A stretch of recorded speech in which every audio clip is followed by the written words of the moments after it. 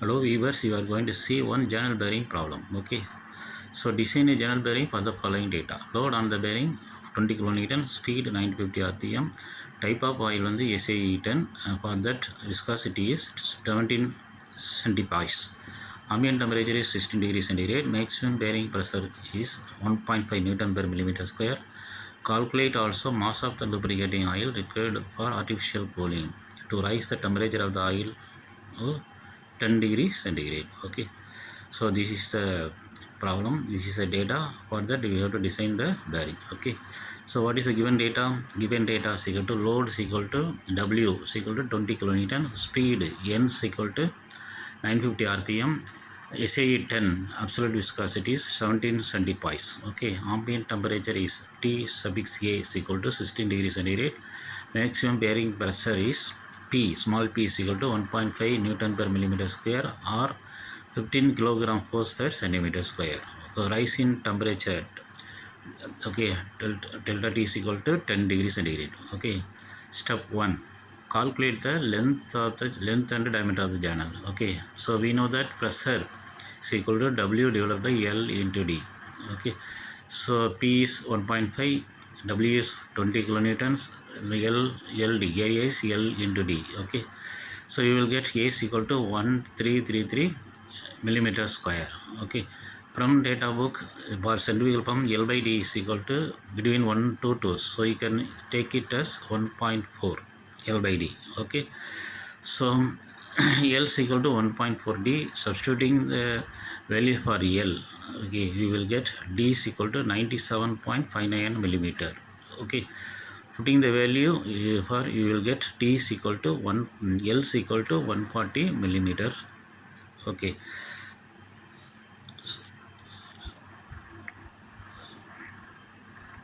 so L is equal to 140 millimeter and D is equal to 97.59 millimeter. This is the size of the bearing L and D. Okay, so we got it from load divided by pressure.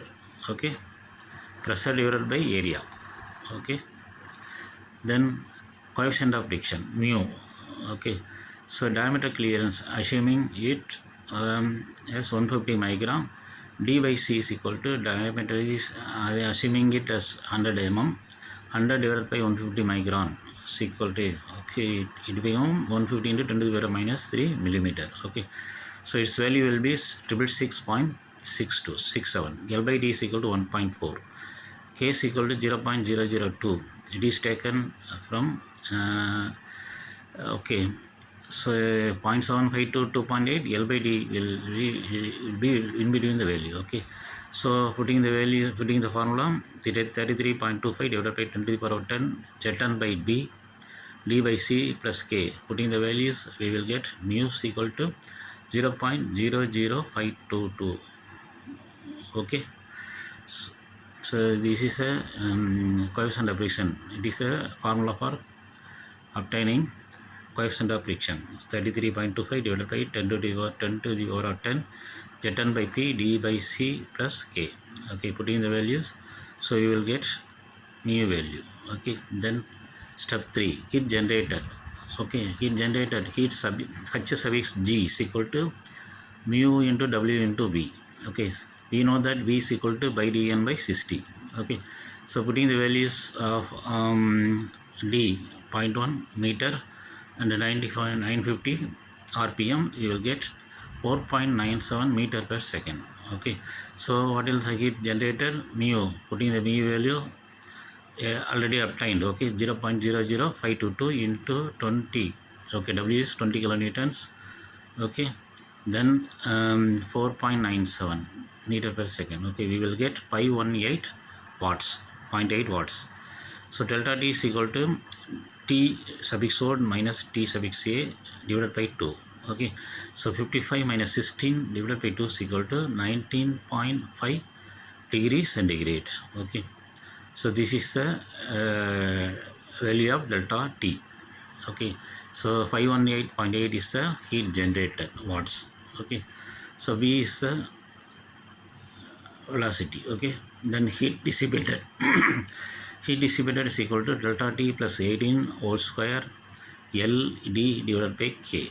Okay, so putting the values 19.5 plus 18 was the whole square by 2 into 0.1 into 0.14 divided by 0.484. This is a constant value. Okay, we will get 40.67 watts. Heat generated is more than the heat dissipated. Artificial cooling is required. Okay, so cooling arrangement we require, you have to find out the mass of oil required. Okay, so heat generated is equal to mcp into delta T. Okay, so putting the values 518.8 into is equal to m into 1.5 1.85 into 10 to the power 3 is the specific heat of oil. Okay, into 10 is equal to rise in temperature 10 degrees centigrade. Okay, so we will get m is equal to 0.02.